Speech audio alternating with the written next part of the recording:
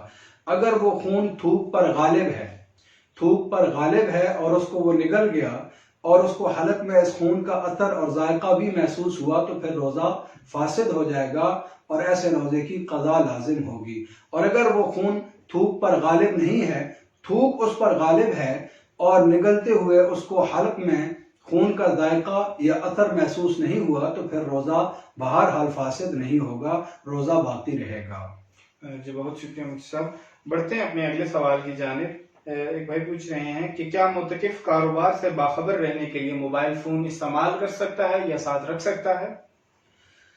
دیکھیں، اعتکاف کا جو منشا ہے وہ یہ ہے کہ آدمی مکمل طور پہ مخلوق سے یکسو ہو کر ایک اللہ رب العزت کے ساتھ راز و نیاز میں لگے، اپنے دل کا تعلق، اپنے دل کا رجحان اللہ رب العزت کی ذات عالی کی طرف کرے اور یکسوئی کے ساتھ وہ دن اور رات قیمتی بناتے ہوئے عبادت کرے، دن میں روزہ رکھتے ہوئے بھی عبادت کرے اور رات کا قیام کر کے بھی اللہ تعالیٰ کو منائے، اللہ تعالیٰ سے دعا کرے، راضی کرے اللہ تعالیٰ کو۔ یہ اعتکاف کا منشا ہے کہ یکسوئی حاصل ہو۔ اگر کاروبار جو ہے وہ اس کو بار بار اس کے خیالات آئیں گے اور اس کا حساب کتاب اور اس سے باخبر رہنا پڑے گا تو یہ اعتکاف کی بظاہر منشا کے خلاف ہے۔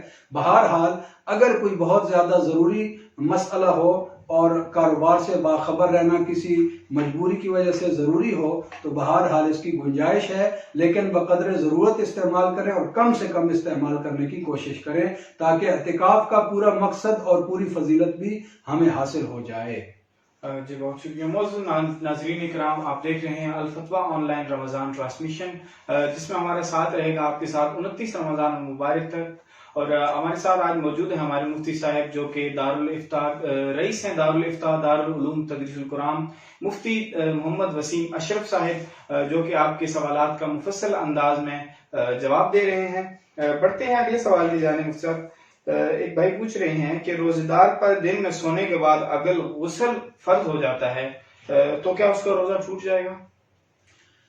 جی، غسل فرض ہو جائے، اگر آدمی دن میں کہیں آرام کرنے کے لیے، جیسے عموماً رمضان میں آدمی آرام کرتا ہے، دن میں بھی آرام کرتے ہیں، بعض لوگ فجر کی نماز کے بعد بھی آرام کرتے ہیں، تو کسی آدمی نے آرام کرنے کی غرض سے کوئی آدمی لیٹا اور اس پر غسل فرض ہو گیا، تو اب وہ غسل فرض ہونے کے بعد کیا اس پر اس کا روزہ باقی رہے گا؟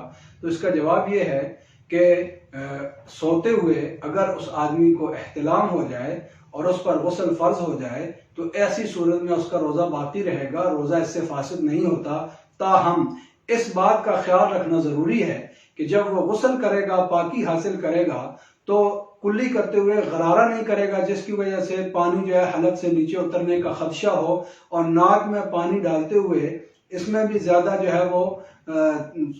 جو ہے زور نہیں لگائے گا، زیادہ اس میں مبالغہ نہیں کرے گا جس کی وجہ سے پانی جو ہے وہ ناک سے اوپر دماغ کی طرف چڑھ جائے۔ ان دو چیزوں میں بھرپور احتیاط کرے گا تو اس کے روزے پر کوئی اثر نہیں پڑے گا۔ اگر اس کا حلق سے پانی نیچے اتر گیا تو بہرحال پھر اس وجہ سے اس کا روزہ فاسد ہو جائے گا، غسل فرض ہونے کی وجہ سے روزہ باقی رہے گا، اس کا روزہ فاسد نہیں ہوگا اگر خواب میں اس پر غسل فرض ہو جائے۔ بہرحال غسل میں جو غرارہ وہ نہیں کرنا اور ناک میں پانی ڈالنے میں مبالغہ نہیں کرنا، اس میں احتیاط کرنی ہے، باقی روزہ قائم رہے گا۔ جی بہت شکریہ مفتی صاحب۔ اگلے سوال کی جانب بڑھتے ہیں۔ ایک صاحب پوچھ رہے ہیں کہ مال تجارت یا سونے پر زکوٰۃ قیمت کے اعتبار سے ہوگی یا فروخت کے اعتبار سے ہوگی؟ ان کا سوال یہ ہے کہ جو سامان تجارت ہے یا سونا چاندی ہے، اس پر جو زکوٰۃ ہوگی وہ قیمت خرید کے اعتبار سے ہوگی یا قیمت فروخت کے اعتبار سے؟ تو یہ اصول آپ ہمیشہ کے لیے یاد رکھ لیں کہ جب بھی آپ نے زکوٰۃ ادا کرنی ہے، چاہے وہ آپ کا سامان تجارت ہے، چاہے وہ آپ کا سونا ہے، اس کے ہمیشہ قیمت فروخت پر زکوٰۃ آئے گی، جو اس وقت کی اس کی موجودہ ویلیو ہوگی مارکیٹ کے اندر، اس پر زکوٰۃ آئے گی۔ مثال کے طور پہ آپ نے سونا خریدا ہے، وہ 2 یا 2.5 لاکھ روپے کا آپ نے سونا خریدا ہے، لیکن جب آپ اس کو ایک ہفتے بعد یا مہینے بعد یا ابھی بیچنے کے لیے جاتے ہیں تو اس کی قیمت جو زرگر ہے، جو سنار ہے، وہ 1,80,000 لگاتا ہے، اس کی قیمت کم کر کے لگاتا ہے، تو اب آپ کو زکوٰۃ 1,80,000 قیمت فروخت پر دینی پڑے گی۔ اور اسی طرح آپ نے اگر سامان تجارت آپ اس کو خرید کے لائے ہیں، جو دکان میں آپ نے سامان رکھا ہے، وہ آپ نے 5 لاکھ کی خریداری کی ہے، لیکن اب وہ فروخت ہوگا 6 لاکھ روپے میں، تو اب آپ کی زکوٰۃ 6 لاکھ پر قیمت فروخت پر آئے گی، قیمت خرید پر نہیں آئے گی۔ اور اس بات کو بھی اچھی طرح سمجھ لیں کہ اگر آپ نے قیمت خرید پر زکوٰۃ دی ہے جو کہ 5 لاکھ قیمت خرید بنتی ہے، اور 1 لاکھ جو آپ نے نفع کمایا ہے، تو یہ 1 لاکھ کی زکوٰۃ آپ کی بقایا آپ کے ذمے میں رہ جائے گی، اس کی زکوٰۃ آپ نے ادا کرنی ہے۔ قیمتیں اس لیے یاد رکھیں، قاعدہ کلیہ یہ ہے کہ جو زکوٰۃ آئے گی وہ ہمیشہ قیمت فروخت پر آئے گی۔ جی بہت شکریہ مفتی صاحب، آپ نے سوال کا جواب بڑے اچھے انداز میں دیا۔ تو ناظرین کرام، اگر آپ کوئی سوال پوچھنا چاہتے ہیں ہم سے، کسی قسم کا کوئی مسئلہ پوچھنا چاہتے ہیں، تو اسکرین پر دیے گئے نمبر پر واٹس ایپ نمبر پہ رابطہ کر کے آپ اپنا سوال اردو زبان کے اندر لکھ کر ہم سے اس مسئلے کا جواب لے سکتے ہیں۔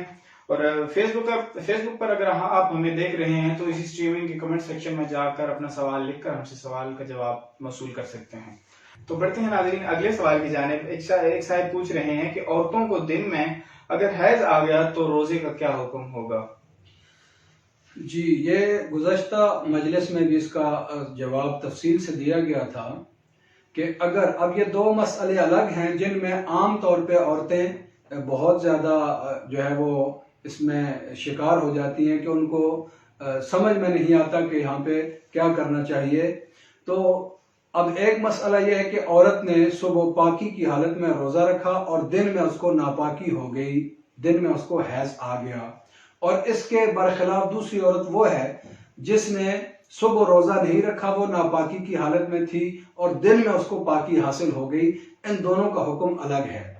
تو جس عورت نے صبح پاکی کی حالت میں روزہ رکھا، دن میں اس کو ناپاکی ہوئی، تو ایسی عورت کے لیے اس کا روزہ ختم ہو گیا، اس کا روزہ فاسد ہو گیا، یہ بعد میں اس روزے کی قضا کرے گی۔ اب اس عورت کے لیے پردے میں دن میں کھانا پینا سب کچھ جائز ہے، یہ روزہ داروں کی طرح اس کے لیے بغیر کھائے پیے رہنا واجب نہیں ہے، یہ کھا پی سکتی ہے۔ اور اس کے برخلاف جو دوسری عورت ہے جس نے صبح ناپاکی کی وجہ سے روزہ نہیں رکھا لیکن دن میں اس کو پاکی حاصل ہو گئی، تو اب ایسی عورت کے لیے پاکی حاصل ہونے کے بعد شام تک روزہ داروں کی طرح بغیر کھائے پیے رہنا، یہ ان کے مشابہت رکھنے کے لیے بغیر کھائے پیے رہنا یہ واجب ہے۔ تو پہلی عورت کا حکم الگ ہے، دوسری عورت کا حکم الگ ہے، تو ان دونوں کو الگ الگ خوب سمجھنا چاہیے تاکہ کسی قسم کی غلط فہمی کا شکار نہ ہوں۔ جی بہت شکریہ۔ بڑھتے ہیں اگلے سوال کی جانب۔ ایک صاحب پوچھ رہے ہیں کہ اگر سب کچھ پڑھ کر بخش دیا جائے کسی کو تو خود کے پاس بھی کچھ رہتا ہے یا سارا جو ثواب ہے وہ دوسروں کی طرف ہی چلا جاتا ہے؟ جی، تو ان کا سوال یہ ہے کہ ایک آدمی خود جو ہے وہ پڑھ کے مردوں کو ایصال ثواب کر رہا ہے، تو سارے کا سارا ادھر ہی چلا جائے گا یا پڑھنے والے کے پاس بھی کچھ رہے گا؟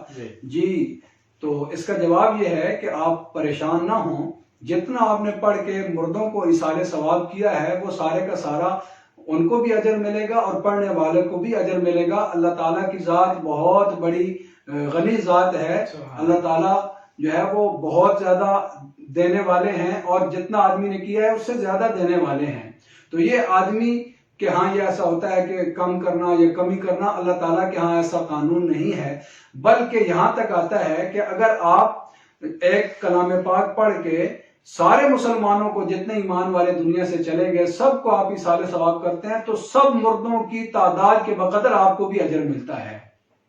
تو اس لیے اس میں کنجوسی نہیں کرنی چاہیے اور اس کا بھی فکر نہیں ہونا چاہیے کہ پاس کچھ رہے گا یا نہیں رہے گا۔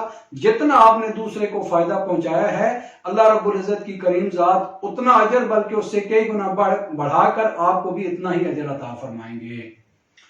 جی بہت شکریہ مفتی صاحب، آپ نے بڑے اچھے انداز میں بتایا کہ جتنا اجر ہم دوسروں کو ایصال ثواب کریں گے اللہ تعالیٰ ہمارے اکاؤنٹ سے وہ خالی نہیں کریں گے بلکہ وہ ہمارے پاس بھی موجود رہے گا۔ تو آج کی سوالات و جوابات سے بھرپور نشست کا اختتام کا وقت ہوا چاہتا ہے، یعنی کہ آپ سے اجازت لینے کا وقت ہوا چاہتا ہے۔